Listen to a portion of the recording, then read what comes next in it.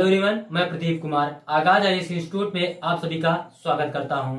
तो आइए आज के इस वीडियो में हम लोग बात करने वाले हैं सामाजिक न्याय से रिलेटेड यूपीएससी के प्रीलिम्स और मेंस के लिए आज के जितने भी मोस्ट इंपोर्टेंट टॉपिक है हम आप लोगों के लिए लेकर आए हैं। तो चलिए देखते हैं। तो देखिए, प्रीलिम्स के लिए जो टॉपिक है वो संयुक्त राष्ट्र महिला सशक्तिकरण सूचकांक है WEI और वैश्विक लैंगिक समानता सूचकांक GGPI और मेंस के लिए जो टॉपिक है वो महिला सशक्तिकरण तथा लैंगिक समानता प्राप्त करने में चुनौतियां और अंतराल महिलाओं से संबंधित मुद्दे। तो चलिए हम यूपीएससी के प्रीलिम्स और मेंस के इन सभी टॉपिक के बारे में पूरे विस्तार से चर्चा करते हैं। तो देखिए चर्चा में क्यों है, आइए समझते हैं। संयुक्त राष्ट्र की इस रिपोर्ट में विश्व भर में महिला सशक्तिकरण और लैंगिक समानता की स्थिति पर प्रकाश डाला गया है। यूएन वीमेन और संयुक्त राष्ट्र विकास कार्यक्रम द्वारा संयुक्त रूप से किए गए व्यापक विश्लेषण में महिला सशक्तिकरण सूचकांक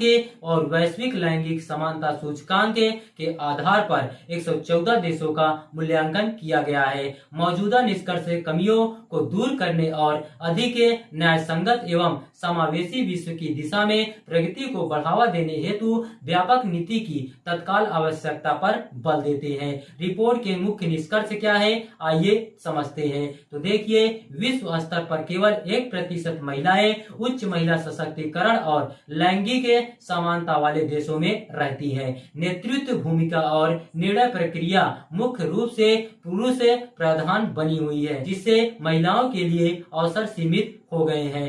WEI के अनुसार महिलाएं औसतन अपनी पूरी क्षमता का केवल 60% ही प्राप्त कर पाती हैं। GGPI के अनुसार मानव विकास के प्रमुख आयामों में महिलाएं पुरुषों की तुलना में 28% पीछे हैं।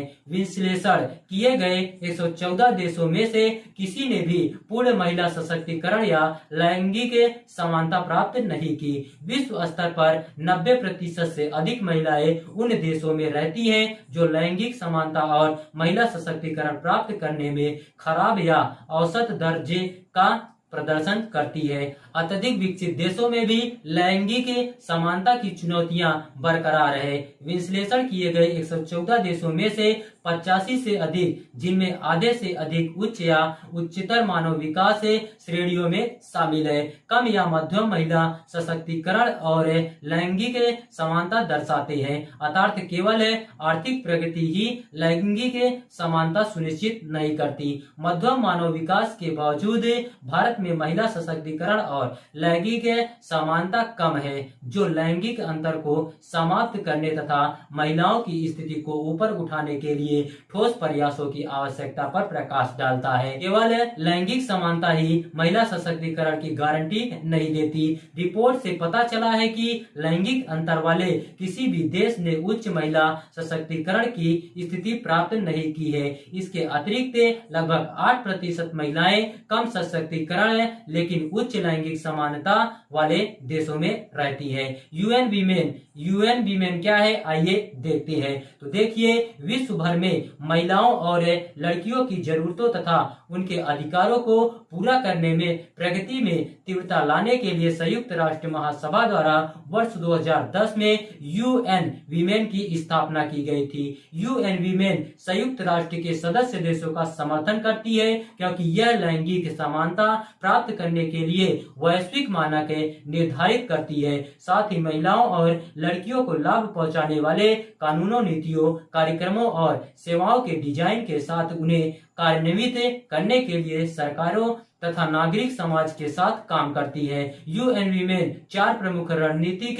प्राथमिकताओं पर ध्यान केंद्रित करती है: महिलाओं का नेतृत्व और राजनीतिक भागीदारी, महिलाओं का आर्थिक सशक्तिकरण, महिलाओं के खिलाफ हिंसा को समाप्त करना और शांति, सुरक्षा तथा मानवीय कार्रवाई। व्यापक नीति कार्रवाई के लिए सिफारिशें क्या है, आइए देखते हैं। सबसे पहले हम लोग स्वास्थ्य नीतियां के बारे में जानते हैं। सरकारों को सभी के लिए लंबी आय और स्वस्थ जीवन के लक्ष्य को ध्यान में रखते हुए यौन तथा प्रजनन स्वास्थ्य तक सार्वभौमिक पहुंच का समर्थन एवं प्रचार करना चाहिए। शिक्षा में समानता क्या है, आइए देखते हैं। कौशल और शिक्षा की गुणवत्ता में अंतर, विशेष रूप से STEM जैसे क्षेत्रों में की समस्या से निपटना, डिजिटल युग में महिलाओं एवं लड़कियों को सशक्त बनाने में मदद करना, कार्य और जीवन के बीच संतुलन तथा परिवारों के लिए समर्थन, कार्य और जीवन के बीच संतुलन बनाने में सहायक नीतियों और सेवाओं में निवेश किया जाना चाहिए, जिसमें वहनीय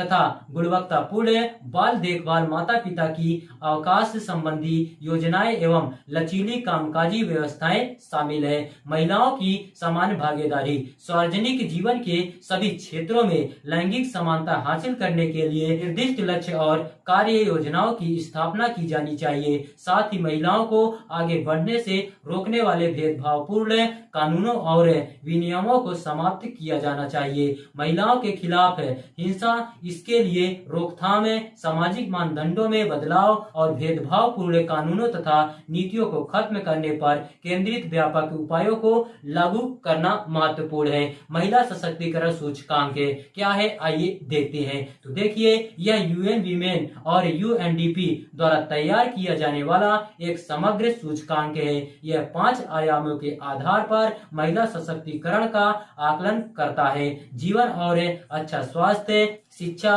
कौशल निर्माण और ज्ञान, श्रम एवं वित्तीय समावेशन, निर्णय लेने में भागीदारी तथा हिंसा से मुक्ति। WEI विकल्प चुनने और जीवन की अवसरों का लाभ उठाने की महिलाओं की शक्ति एवं स्वतंत्र को दर्शाता है। WEI का विकास लक्ष्य आधारित नीति निर्माण में एक महत्वपूर्ण मील का पत्थर है और लैंगिक समानता एवं महिलाओं तथा लड़कियों के सशक्तिकरण पर सतत विकास लक्ष्य 5 SDG 5 की दिशा में सरकार की प्रगति की निगरानी के लिए आधार रेखा के रूप में कार्य करता है। वैश्विक लैंगिक समानता सूचकांक GGPI क्या है, आइए देखते हैं। GGPI एक समग्र सूचकांक है जो स्वास्थ्य, शिक्षा, समावेशन और निर्णय लेने सहित मानव विकास के प्रमुख आयामों में लैंगिक समानताओं का आकलन करता है। GGPI को UN वीमेन और UNDP द्वारा समानता का मार्ग, महिला सशक्तिकरण एवं मानव विकास में लैंगिक समानता शीर्षक से एक नई वैश्विक रिपोर्ट के हिस्से के रूप में विकसित किया गया है, जिसे जुलाई 2023 में लॉन्च किया गया था। GGPI का लक्ष्य विभिन्न संदर्भों और आयामों में पुरुषों के सापेक्ष महिलाओं की स्थिति को जानना है। यह लैंगिक समानता की बहुआयामी तथा परस्पर संबंधी प्रकृति को भी दर्शाता है। सामाजिक, आर्थिक और राजनीतिक जीवन में लैंगिक अंतर को कम करने के लिए भारतीय पहल क्या है, आइए देखते हैं। सबसे पहले हम लोग आर्थिक भागीदारी और स्वास्थ्य एवं उत्तरजीविता के बारे में जानते हैं। तो देखिए, बेटी बचाओ बेटी पढ़ाओ यह पहल बालिकाओं की सुरक्षा, अस्तित्व और शिक्षा सुनिश्चित करती है। महिला शक्ति केंद्र, इसका उद्देश्य ग्रामीण महिलाओं को कौशल विकास और रोजगार के अवसर प्रदान करके सशक्त बनाना है। राष्ट्रीय महिला कोष, यह एक शीर्ष सूक्ष्म वित्त संगठन है जो गरीब महिलाओं को विभिन्न आजीविका और आय सृजन गतिविधियों के लिए रियायती शर्तों पर सूक्ष्म ऋण प्रदान करता है। सुकन्या समृद्धि योजना, इस योजना के तहत लड़कियों के बैंक खाते खुलवाकर उन्हें आर्थिक रूप से सशक्त बनाया गया है। महिला उद्यमिता को प्रोत्साहित करने के लिए सरकार ने स्टैंड अप इंडिया और महिला ई-हॉट महिला उद्यमियों SHG NGO का समर्थन करने हेतु ऑनलाइन मार्केटिंग प्लेटफॉर्म उद्यमिता एवं कौशल विकास कार्यक्रम ESSDP शुरू किए हैं। कस्तूरबा गांधी बालिका विद्यालय, इन्हें शैक्षिक रूप से पिछड़े ब्लॉक EBB में खोला गया है। राजनीतिक आरक्षण, सरकार ने महिलाओं के लिए पंचायती राज संस्थानों में 33% सीटें आरक्षित की है। निर्वाचित महिला प्रतिनिधियों का क्षमता निर्माण, यह महिलाओं को शासन प्रक्रियाओं में प्रभावी ढंग से भाग लेने के लिए सशक्त बनाने की दृष्टि से आयोजित किया जाता है। तो देखिए, अगर आप लोगों को इसका PDF चाहिए तो इसका PDF आप लोगों को टेलीग्राम चैनल पर मिल जाएगा।